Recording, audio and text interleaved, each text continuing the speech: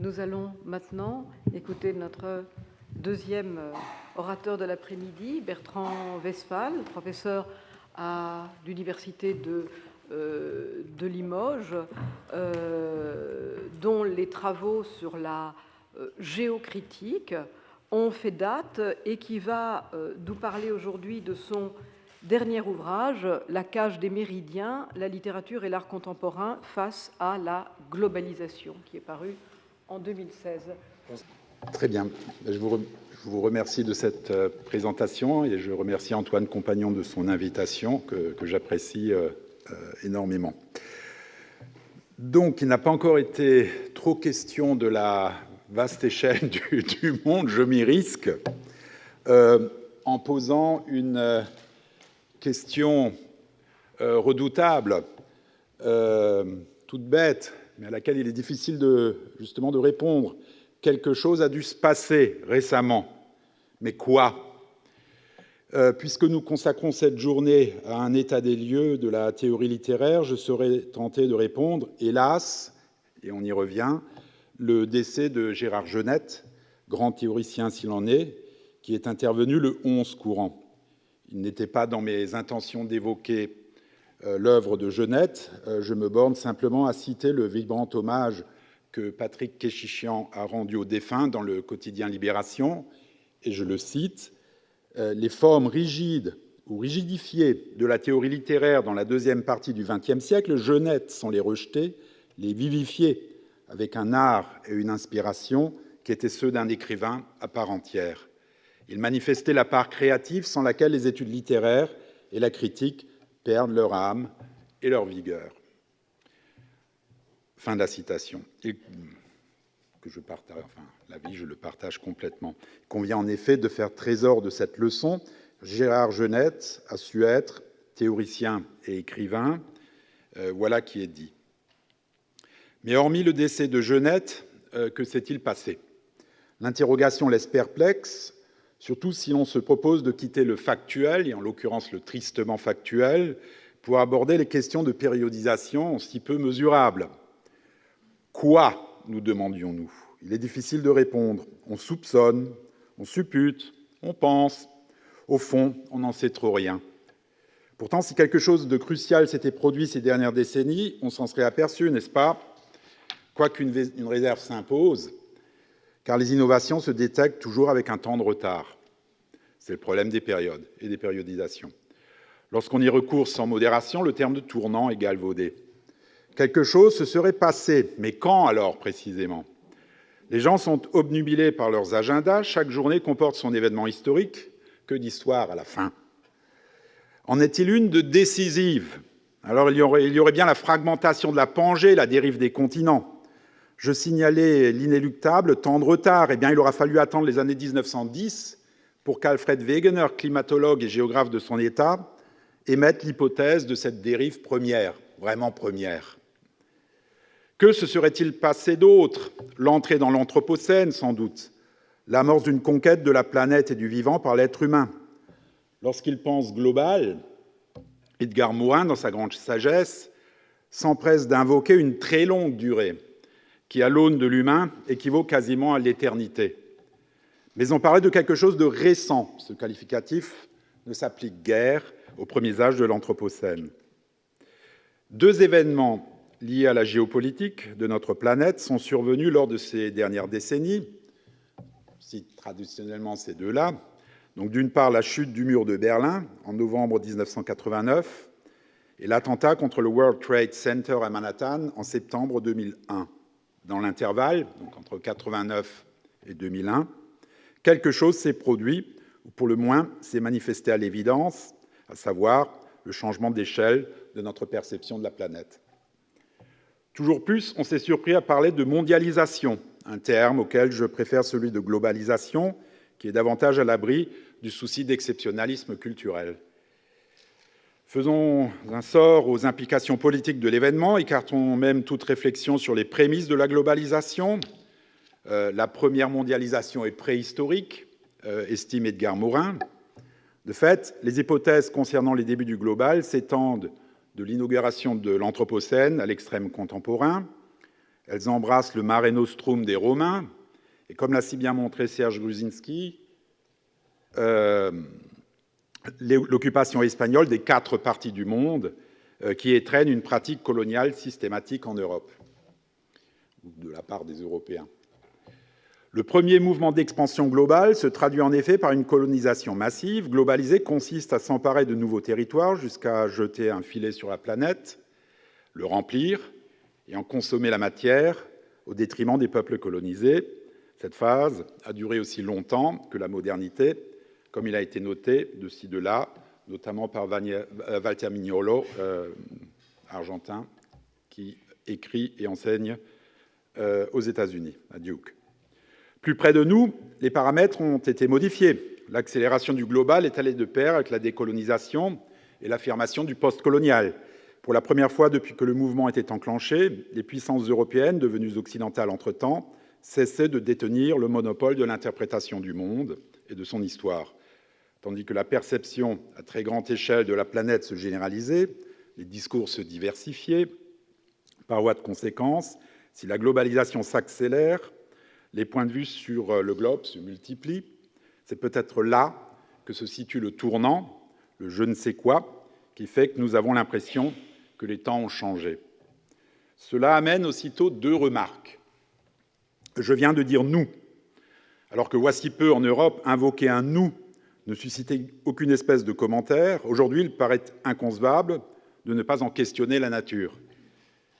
S'en abstenir participerait d'un réflexe ethnocentrique à la source des évidences nourri à la source des évidences trompeuses. La deuxième remarque sera tout aussi brève. Il y aurait de quoi écrire un livre à chaque fois. Comme le proclame le titre devenu célèbre au fameux d'un essai de Dipesh Chakrabarty, on assiste depuis quelques décennies à un changement de perspective consistant à provincialiser l'Europe. Le titre du livre de Chakrabarty interloque, le contenu interpelle. Il s'agit pour l'auteur d'interroger la nature eurocentrée de l'historiographie mondiale et d'envisager des alternatives qui rendraient justice aux innombrables traditions extra-européennes. Bien entendu, la pensée historique reliée par l'école des études subalternes indiennes et stimulantes, bon, 20 minutes, on ne va pas faire l'histoire du monde, le grand nom, c'est aussi Ranajit Guha, qui est du Bangladesh.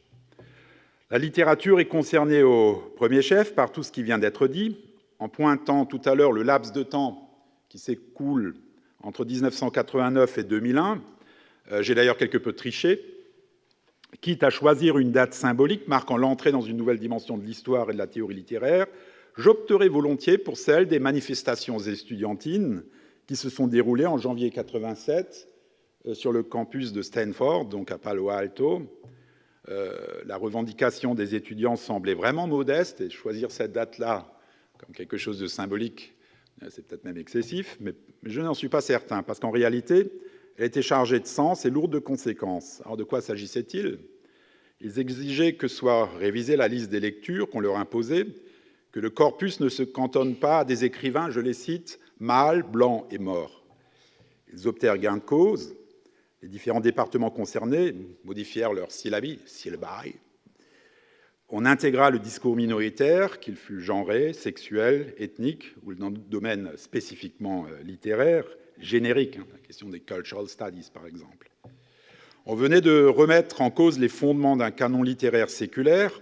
Un conflit véhément secoua l'univers académique états-unien. On monta au créneau de toutes parts. Les politiciens s'en étaient mêlés, les démocrates, les républicains. Enfin, c'était une affaire d'État. Alors, par ailleurs, donc, Harold Bloom prit le contre-pied. Donc, il y avait 2 camps des manifestants et des études postcoloniales, en publiant en 1994 The Western Canon. Et cet essai, extraordinaire, pour un essai universitaire sur un sujet aussi pointu que le canon, fut propulsé en tête des ventes aux États-Unis. New York Times liste des best-sellers. C'est dire si le sujet était central. En France, ni Bloom, ni les nombreux pionniers de l'ouverture postcoloniale ne furent traduits. Personnellement, j'ai lu Bloom en italien à la fin des années 90, après que la traduction italienne était sortie.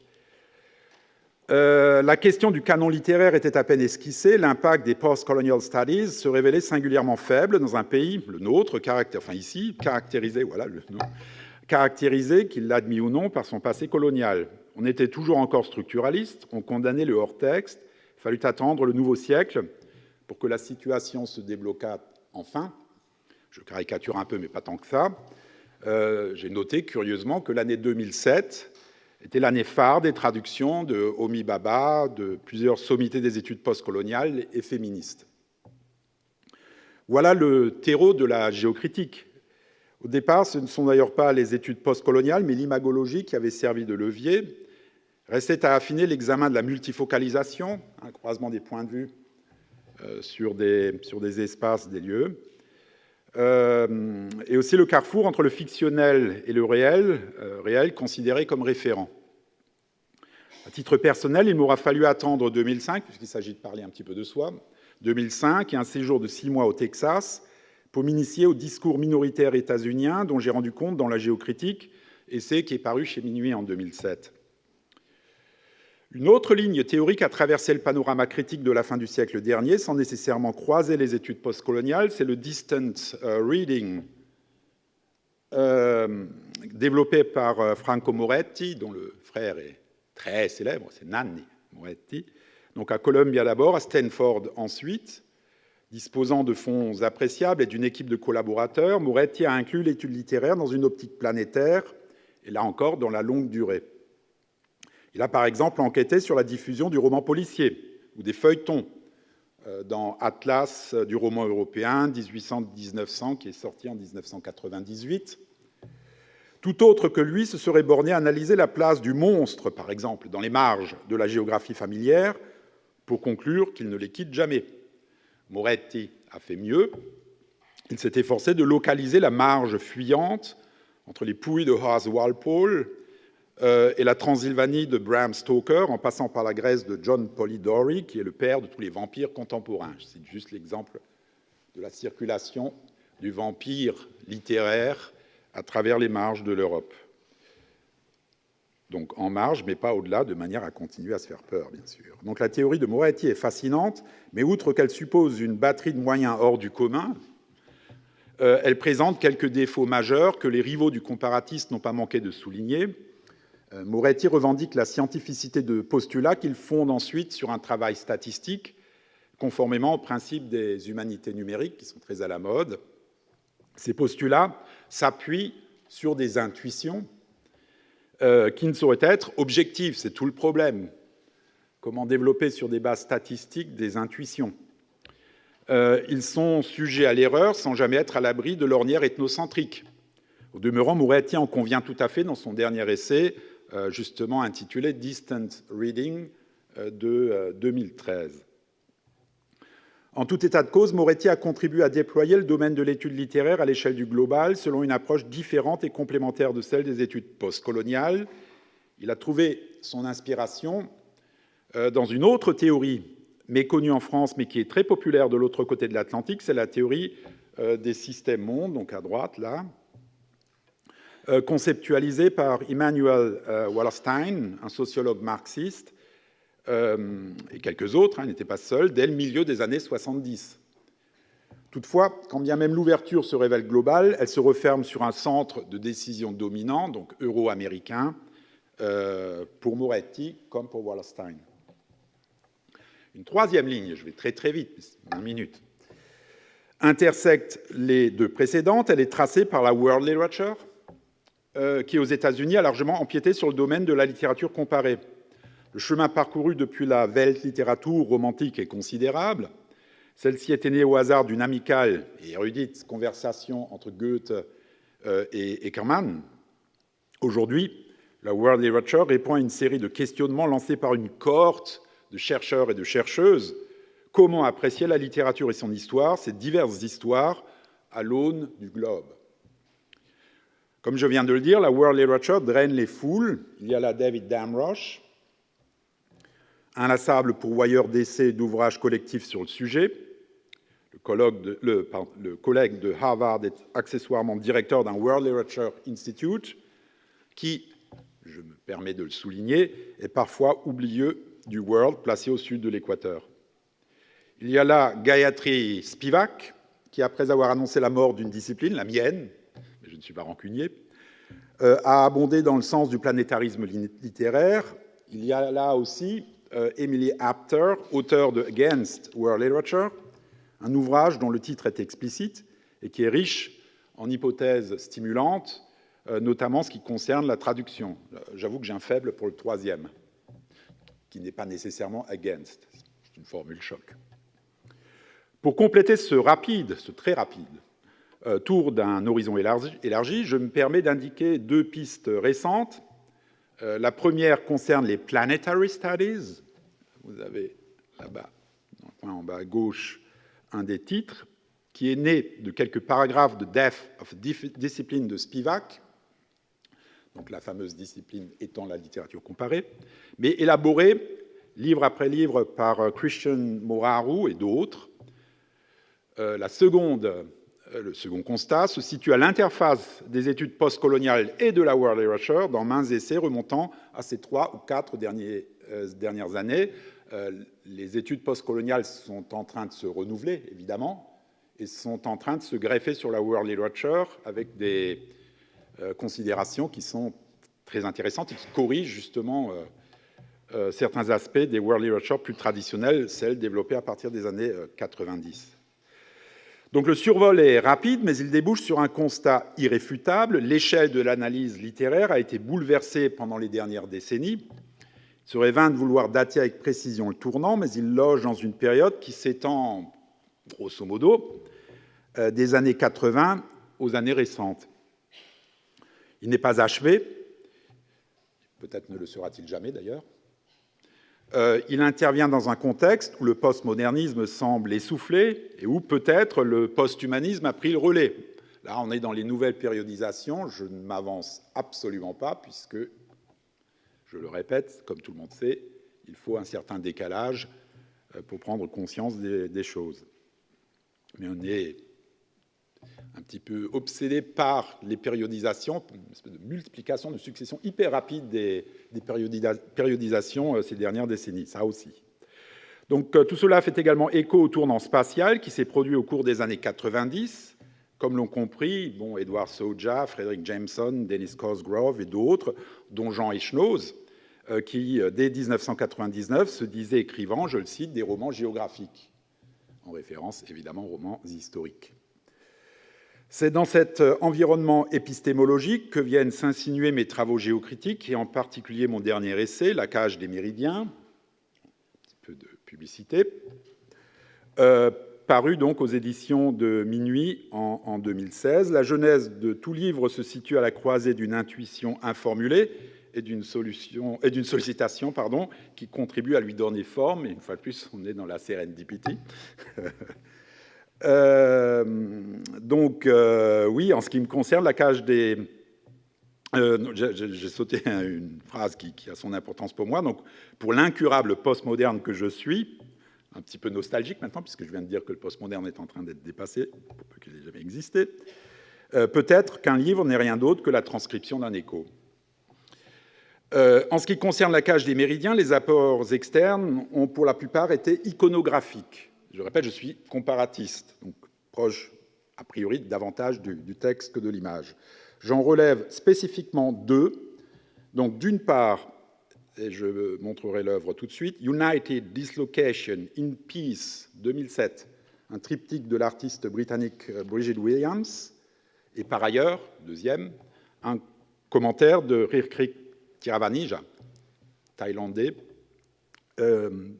commentaire qu'il a livré au détour d'un entretien avec Hans Ulrich Obrist, qui est un des grands critiques d'art actuel. Donc, juste deux mots sur le triptyque de Bridget Williams, que voilà, qui d'habitude suscite beaucoup de commentaires,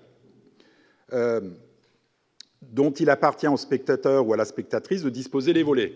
C'est moi qui classe, ce n'est pas Bridget Williams. Ce triptyque orchestre une dérive. Il ne s'agit pas de la dérive des continents, mais plutôt de celle des nations. La map-monde s'est fragmentée comme la Pangée des tout débuts, et la silhouette de chacun des 200 États semble naviguer vers la périphérie avant de la rejoindre. La nouvelle map monde défie la norme, car l'ensemble des différentes cartes nationales occupe désormais la circonférence d'un cercle dont le centre est vide. Le processus de périphérisation est parvenu à son terme. Il en va comme si l'archipel fameux de Glissant s'était désancré pour s'épanouir totalement dans sa logique centrifuge. À vrai dire, comme d'aucuns le font remarquer à juste titre, l'action n'est pas nécessairement achevée. Rien ne dit que la dérive s'interrompra à la circonférence de la planète, surtout si l'on l'aperçoit comme une sorte de fleuve-océan des temps post-humains. Rien ne dit que la dérive ne franchira pas la limite du globe. Cette remarque vient de m'être adressée par des géographes qui avaient aussi relevé mon usage récurrent du mot « limite ». Dans mon esprit, la limite est ce qui se franchit. C'est le terminus à quo de la transgressivité. De fait, si je fixais à la circonférence du globe une limite à la dérive, je concevrais à mon tour une limite, et voilà quelque chose à quoi je devrais réfléchir. On m'a fait la remarque la semaine dernière. L'autre élément déclencheur m'a été offert par Irkrit Tiravanija, l'une des figures de proue de ce que l'on appelle, à tort ou à raison, l'art relationnel, qui, voici une dizaine d'années, avait fomenté une vive querelle entre Nicolas Bourriaud et Jacques Rancière. Bon, je ne développe pas, peu nous en chaud ici, à vrai dire. J'en reviens plutôt à ce que Tiravanija avait confié à Obrist. La chose suivante. Je crois qu'il vaudrait mieux parler de multiplication de la périphérie, car sous cet angle, vous réalisez que votre centre se situe en fait à l'extérieur. En un sens, la cage des méridiens propose une espèce de développement des visions planétaires que Brigitte Williams ou Irkrit Tiravanija ont exposées. Mon commentaire se nourrit aussi, évidemment, de la pensée archipélagique d'un Édouard Glissant, de la poésie d'un Derek Walcott, toujours dans les Caraïbes, Sainte-Lucie, auteur d'un texte qui n'est pas traduit en français et qui lui a valu le prix Nobel, Homéros, reprise de l'Iliade dans les Caraïbes, donc parmi d'autres qu'il serait évidemment trop long d'énumérer ici. Bien entendu, il se place dans le sillage de mes travaux géocritiques. Il y a là un nexus d'approche minoritaire de la culture, des arts et de la littérature. Il germine en marge du canon littéraire traditionnel une forme d'absolutisme qui a longtemps caractérisé la théorie littéraire occidentale et qui a non-universalisme. Comme j'aime à le répéter, l'un des chocs les plus salutaires de mon existence de chercheur aura été de dénicher, dans une librairie de Cambridge, Massachusetts, un essai intitulé Chinese Theories of Fiction. Et le sous-titre est très intéressant. A Non-Western Narrative System, qui date donc de 2006, signé Ming Dong-gu, qui est professeur à l'université du Texas à Dallas. Car oui, et là, quand j'ai découvert ce livre, franchement, je suis resté perplexe aussi sur mes propres capacités à analyser mes réflexes. Un peu lent. En effet, car la théorie littéraire est aussi ethnocentrée, ce que je n'avais pas compris il y a encore quelques courtes années, ce que longtemps ignoré. S'il est un système narratif non occidental, c'est donc qu'il est un système narratif occidental qui se croyant universel, sans nécessairement l'être, tend à omettre l'épithète qui le localise. Donc théorie littéraire, point. Il va de soi que les arts visuels occupent dans mon propos une position qui est loin d'être périphérique, elle. Pour ma part, ils se sont imposés comme une évidence lorsque deux plasticiens français, Berger et Berger, deux frères, m'ont demandé, c'était au début de 2011, de rédiger un texte autour d'une de leurs œuvres, L'Astre blanc, qui chez moi était devenu le Globe blanc. Voilà. C'était un véritable défi. Ils avaient lu la géocritique et voilà, une vingtaine de pages sur cette œuvre. J'aurais répondu que j'étais absolument pas compétent. Je me suis dit, on peut toujours essayer. Et heureusement, car ça a été, là encore, une véritable révélation.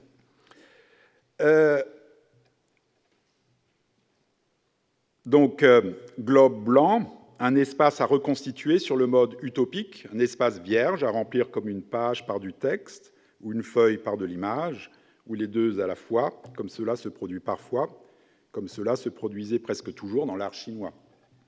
L'écriture autour de l'art, qui dans mon cas ne pouvait répercuter que des considérations d'ordre spatial et cartographique, du fait de mon manque complet d'expertise en la matière, a constitué une puissante source d'inspiration. C'est aussi de cela que rend compte La Cage des Méridiens. Et je conclus, pour rester dans le temps qui m'est imparti. Pour conclure cette brève intervention, j'aimerais revenir sur le débat stimulant qui a suivi la conférence que j'ai présentée devant des géographes bordelais et palois la semaine dernière, alors même que j'avais commencé à écrire le texte que je vous soumets aujourd'hui. Il y avait été question de Patti Smith, chanteuse cette fois-ci, et de la dérive des continents. Le sujet peut surprendre, mais il trouve sa légitimation dans M-Train. Oui, c'est ça. M-Train, un récit que la chanteuse, qui est une splendide écrivaine et une photographe émérite, a publié en 2015. Donc, lors de cette conférence, j'ai beaucoup parlé de ce qu'elle écrivait, il avait elle-même a parlé de la dérive des continents, ce qui est très surprenant. Donc, il avait été question de la trajectoire centrifuge qu'adopte cette dérive des continents, fut-elle assez lente pour échapper à la mesure du temps humain.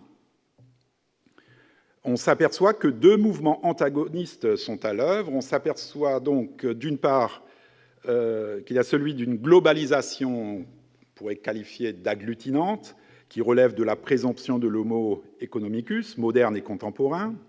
Il y a d'autre part celui d'une nouvelle forme d'humanisme placée sous le sceau alors d'un post-humanisme qui investit lui aussi la grande échelle planétaire, mais en allant dans le sens du décentrement systématique. Alors cette grande échelle est elle-même sujette à des ajustements, donc extrême, on retrouverait la méditation sur les dangers de l'anthropocène subsumé sous un individu qui continuerait de monopoliser le centre du croquis, comme le faisait l'homme de Vitruve, vous avez tous en tête Léonard de Vinci. À l'autre extrême, il y aurait, infiniment plus modeste, et pourtant capital, l'apport de la théorie littéraire, qui en définitive est une théorie sur le monde que nous habitons. Car il doit bien y avoir un hors-texte, c'est à l'espérer tout du moins. C'est là-dessus que je conclus vraiment. Merci. Bertrand, en vous écoutant, je me disais que la question que je voulais vous poser... en vous écoutant, je me disais qu'une question que je pouvais vous poser, au fond, aurait pu également s'appliquer à Jean-Pierre Bertrand à propos de Harold Bloom. Je ne connaissais pas le Western Canon, effectivement, alors que l'angoisse de l'influence est un ouvrage qui a été traduit en français, qui est controversé. Si, l'angoisse de l'influence a été traduite en français. Il y a eu un retard. Alors, est-ce que The Western Canon, c'est l'angoisse de l'influence? C'est ce que je voulais savoir. Non, hein, je ne crois pas. Je crois que c'est un autre livre. Je pense que c'est un autre livre. Et justement, la première question, dans ce monde globalisé, la circulation des traductions, qu'est-ce qui explique, selon vous, que The Western Canon n'ait pas été traduit et que l'angoisse de l'influence, certes, a été traduit avec beaucoup de retard en France et a suscité bien des réactions? Première question. Et deuxièmement, vous avez cité l'essai d'Emily Apter, Against World Literature, qui effectivement... Et donc, celui-là n'est pas traduit, et qui est un ouvrage complexe et dont effectivement le titre est surtout une provocation. Et que pensez-vous de l'essai, celui-là en français, et pas ambigu du tout, et très polémique, de Camille de Toledo contre la littérature monde? Parce que... Alors, sur les deux... Voilà, ça marche. Pour ce qui est de la première, voire des deux premières questions, on pourrait ouvrir un débat absolument gigantesque. C'est l'éternelle question des relations entre, je ne dirais pas les deux côtés de l'Atlantique, parce qu'il y a un Atlantique qui s'étend au-delà de la France et qui traduit très largement. Pourquoi Bloom n'est pas traduit? Pourquoi de manière complémentaire, les ouvrages donc, opposés au canon occidental sur le versant postcolonial ne l'ont pas été traduits? C'est une très très bonne question. dans le cas de Bloom, c'est extraordinaire parce qu'au-delà de, je sais pas, des relations qu'on peut entretenir entre France et États-Unis et tout, il y a un aspect qu'on a tendance à négliger, c'est l'aspect économique du marché éditorial. Ça a été un énorme best-seller, mais un best-seller, pas un ouvrage très lu, un best-seller, qui était présent sur la liste des best-sellers. Ça aussi, ça mériterait d'être étudié de très très près. Comment un tel ouvrage peut... Voilà, quand même, ça reste un ouvrage universitaire très classique. Alors pourquoi c'est traduit en italien? Pourquoi à l'époque j'étais obligé de le lire en italien puisque j'avais... C'était avant le Google, je fais un peu de pub, les Amazon et autres, donc bon, voilà. On prenait ce qu'on avait sous la main. J'avais sous la main la traduction italienne, qui était pratiquement un best-seller également en Italie. Donc ça, c'est une question qui est ouverte et que j'ai affrontée dans le livre assez longuement, sans avoir de réponse, voire des réponses des réflexes nationalistes de part et d'autre. Hein, c'est pas un monopole français. De défense d'un prestige, d'une espèce de primat de la culture à un niveau international. Mais il serait très très intéressant de faire ça a été fait, mais pas tant que ça, des études comparatives entre les traductions en Europe d'un certain nombre d'ouvrages théoriques états-uniens, dont par exemple celui de Bloom et dont tous les ouvrages post-coloniaux. Je répète, Homi Bhabha, qui est une autre star, The Location of Culture, notamment, a été traduit en 2007, donc très tardivement aussi. Hein, c'est des bouquins qui sont sortis au début des années 90. Voilà. Et Camille de Toledo, est-ce que vous en parlez de cet essai? Oui, j'en parle. Alors, pas de celui-ci, mais d'un autre. Je l'ai rencontré. Je l'ai rencontré. On a échangé des livres. Il y a aussi Emily Apter. Si j'insiste une seconde sur le cas d'Emily Apter, c'est parce que elle pourrait servir un petit peu de transition entre les deux noms, dans la mesure où elle parle justement des questions de traduction à un niveau planétaire, de la circulation, et du droit aussi. Alors, ce n'est pas le cas des relations États-Unis-France, là on a deux géants culturels, mais l'impact du processus de traduction sur des littératures nationales dans un cadre de World Literature, et l'impact en retour sur le pays où le livre a été écrit. Ce à quoi on pense très très rarement. Elle parle d'une espèce de sphère d'intimité de la culture où le livre a été écrit par rapport au pays où le livre a été traduit. C'est sûr, quand on arrive d'un petit pays et qu'on est traduit en anglais, qu'on est diffusé sur le marché américain, il y a automatiquement également un impact considérable sur le marché du petit pays où on a écrit. Voilà, c'est un élément de plus à verser au dossier de la traduction et de l'impact, des difficultés, etc., de la traduction à un niveau global. Pour ce qui est du livre de... Alors, pour être honnête, je n'ai pas encore lu, je vais le lire. Oui, il est sorti il n'y a pas très très longtemps. Contre la littérature monde, il y a quelques années, je crois. Oui, le Contre, oui, qui était une réaction au Festival des étonnants voyageurs. Et ça, c'est quand même une attaque au bazooka. Je l'ai lu. C'est une attaque au bazooka, oui. Oui, parce qu'il s'en prenait, alors comme moi d'ailleurs, au manifeste encore de Landgrâce 2007, une fois de plus, je ne sais pas pourquoi 2007, où était sorti le manifeste dans Le Monde sur la littérature monde. Alors dans le manifeste du Monde, littérature monde en français, et juste après, 2 mois plus tard, Gallimard a publié des textes, cette fois-ci des signataires, mais ça ne s'appelait plus, c'était plus intitulé la littérature monde en français, mais la littérature monde, point. Le en français avait disparu, ce qui à mon avis est une bonne chose, mais pose également les questions de la littérature monde. Bon, là, c'est un autre vaste débat. On pourrait comparer littérature monde, c'est-à-dire la tentative francophone, et world literature. On pourrait estimer que et moi-même, j'ai changé d'idée parce que je me suis rendu compte de 2-3 choses. J'ai été relativement, pour ainsi dire, sarcastique, surtout dans un premier manuscrit que j'ai un petit peu édulcoré pour l'édition, sur le texte de 2007, donc sur la littérature monde, parce que je considérais notamment que réfléchir à une littérature monde en français me gênait un peu. Pourquoi en français? Et deuxièmement, ça partait d'une observation que je trouvais très, très parisienne, si je puis me permettre, c'est-à-dire les prix littéraires. Il y avait quelques prix littéraires 2006, même tous les prix littéraires 2006, qui étaient dit francophone, c'est-à-dire pas français. Ça encore, c'est un problème lié au choix du terme francophonie, hein, classique. Bon, donc voilà. J'ai revu un petit peu mon jugement. J'ai également, je me suis posé des questions sur la world literature, puisqu'on est dans une phase de globalisation. Je pensais que la world literature reflétait l'état de la littérature internationale aujourd'hui. Mais en fait, la world literature elle-même, on pourrait dire world literature in English. C'est ça que je n'avais pas compris au départ, même au moment d'écrire le livre, pour être tout à fait honnête. S'il y a une littérature monde en français, il y a également une world literature in English, parce que quand on ouvre les ouvrages, vous savez que les ouvrages théoriques américains sont souvent en deux parties. Il y a une première partie plus ou moins longue de pure théorie, et une deuxième partie qui est consacrée à l'application de la théorie à un corpus. Voilà, donc quand on consulte la deuxième partie de ces ouvrages, on se rend compte que le corpus est in English. C'est world, certes, mais c'est des auteurs indiens, sud-africains, pakistanais, qui d'ailleurs écrivent en anglais, qui pourraient aussi écrire en hindi ou ourdou ou d'autres langues, pour tout dire. Donc il y a un choix de corpus qui est également très in English, parce que du côté américain, on néglige un petit peu. Encore une question pour Bertrand Vestal, oui.